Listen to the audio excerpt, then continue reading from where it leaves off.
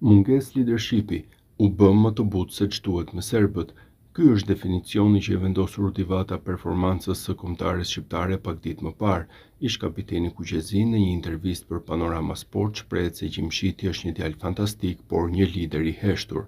Ai mendon se mana i nuk duhet kryqëzuar ndërsa Silvinho paguhet për të mbajtur presionin dhe kritikat. Vata jep një koment edhe për ndeshjen e kthimit në Serbia, po tre lojtarët kryesorë si Ramadani, Hasani dhe Bajrami që tashmë nuk po luajnë më. Rudi e mbyll duke u shprehur se një mrekulli mund ta çojë Shqipërinë në botror dhe gjithashtu ka një koment për të gjithë ata që e quajnë tradhtar. Bie dakord që kësaj kombëtare i mungon një Rudi Vata apo një Lorik Can brenda në ekip, një lider. Shumë dakord, por leadershipi lind nuk bëhet. Lideri duhet të jetë pak i egër, po të kesh idenë e Roy Keane, Gattusos, të cilët janë futbollistë që janë ndërtuar për të futur një energji në skuadër. Ne kemi shumë djem të butë në ekip, të sjellshëm kur duhet të kesh edhe ndonjë djalë të keq, dikë që zgjon nga gjumi skuadrën, sepse futbollisti ka një veti që shpeshherë në fushë truri mund të flejë, si puna e kalit që e zë gjumin në këmbë. Një moment humbet përqendrimi, në atë moment pësohet goli, sidomos kur lodhja vjen në minutat e fundit. Pra është kapiteni ai që zgjon skuadrën, që i jep atë energji që ne për fat të keq na mungon. Dikush që ka shfaqur pak shenja të një lideri duke pasur parasysh grinte në fushë, shpirtin luftarak dhe dikë që u flet shokëve të skuadrës, u jep forcë atyre, është Qazim Laçi, ndërsa shpeshherë protagonist ndoshta edhe jashtë fushë është Bërdaku. Si e komentoni? Laçi është futbollist punëtor, Daku pak emocional dhe ka treguar se mund të gabojë kur merr energji të tepruar. Lideri është ai që transmeton një lloj energjie të veçantë, por në të njëjtën kohë detyruaj dhe balancat. Ky është një brez i qetë. Gjimshiti është një lider i heshtur, një djalë fantastik me vlera sportive, por i mungon një energji speciale. Ky energji mungonte për të marrë atë fitoren e shumë pritur me Serbinë. Serbia erdhi për atë rezultat dhe ne nuk bëmë shumë për të rrezikuar. Ndeshja ishte e kujdesshme. Këto përballje fitohen dhe me provokime. U bë një zhurmë e madhe dhe pastaj u duk sikur ishim në dasmë dhe u martua me ta. Kaloi shumë paqësore.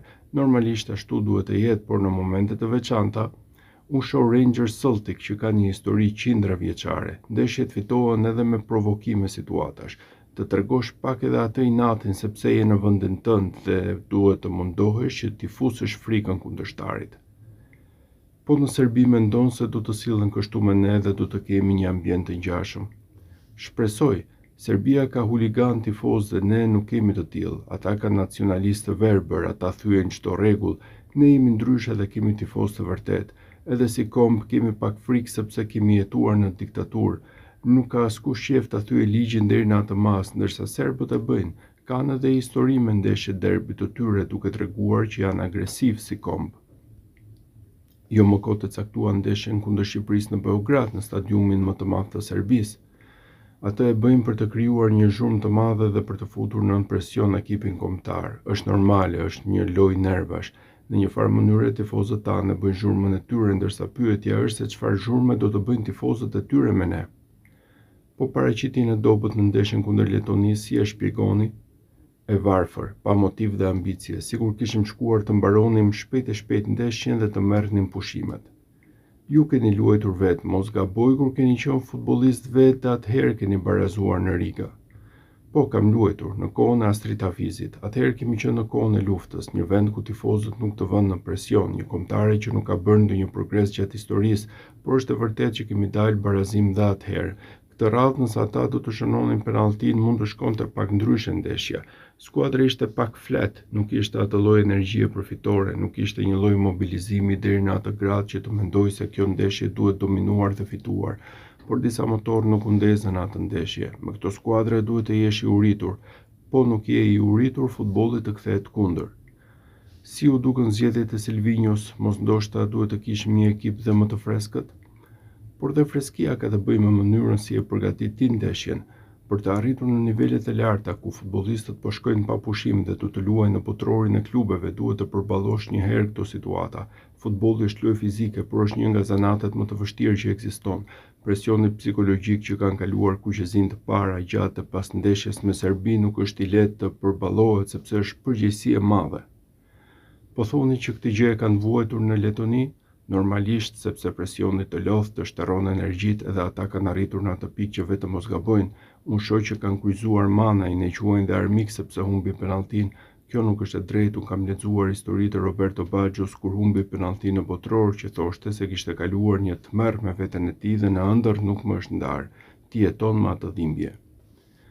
Silvinho ka marrë kritika dhe sepse ka caktuar që penalltin ta gjuajë manaj, ndërkohë që Aslani ishte aty dhe ka pasur një saktësi të pashoqe tek Interi. A janë me vend këto kritika? Këto janë momente që ti gabon ose jo, por jo për të kryqëzuar. Dakor që Aslani ka kualitetet e një lojtari më të qetë, ka qenë më efikas në penallti, përderisa ja ka caktuar trajneri, ai merr përsipër dhe të gaboj. Sigurisht që ai po kritikohet me merit ashtu siç është lavdëruar, por kjo është puna trajnerit, ka presion. Shqipëria është një vend që ka presion, kërkon rezultat shpejt, të bëhemi edhe kampion të Europës madje. Problemi është se çdo gjë kërkon kohën e vet. Silvinho paguhet për të mbajtur presionin dhe besoj se po e mban. Si mendoni se do të shkojë fati ynë në këtë grup? Nuk e di se si do të vijojnë situatat sepse ardhmja nuk është se kemi perspektivën që të shkojmë në botror. Nuk e shoh që po ndodh ndonjë mrekulli, mund të shkojmë aty. Gjithsesi grupi duhet të menaxhohet mirë dhe të krijohet një atmosferë tjetër sepse energjia e grupit nuk është e njëjta me energjinë që kishte në fillim kur ka ardhur Silvinho. Futbollistët kryesorë si Bajrami, Ramadani, Hasani janë lojtarë të rëndësishëm dhe të cilët nuk po marrin minuta. Besoni se diçka është thyer në marrëdhëniet e Silvinhos me këta futbollistë? Sigurisht që ka ndodhur diçka, ne jemi një vend që gjithmonë na ndodhin gjëra jo të mira sepse kemi njerëz që ndërtojnë kështu situatash. Kemi njerëz që na fusin në grindje të na përçajnë dhe kjo shkon dhe tek ekipi kombëtar sepse kultura jonë është që mos e ndihmojmë njëri tjetrin në situata të vështira. Më thot vëllai im që ka njerëz që të komentojnë duke thënë pse flet ky. Ata duhet të kuptojnë se unë jam mendimin tim, sepse Kristi më telefonon dhe ka nevojë për mendimin tim. Ai që ka dy parë mend dhe pak edukat e kupton, por jo të thuash që ky është tradhtar. Ti mund ta thuash sepse mua nuk më intereson fare, por unë kam të drejtë të jap mendimin tim për zanatin tim, për kombëtaren që unë kam përfaqësuar që në moshën 15 vjeçare dhe për djersën që kam derdhur dhe për atë kontribut që kam dhënë për vendin tim. Jam krenar për këtë.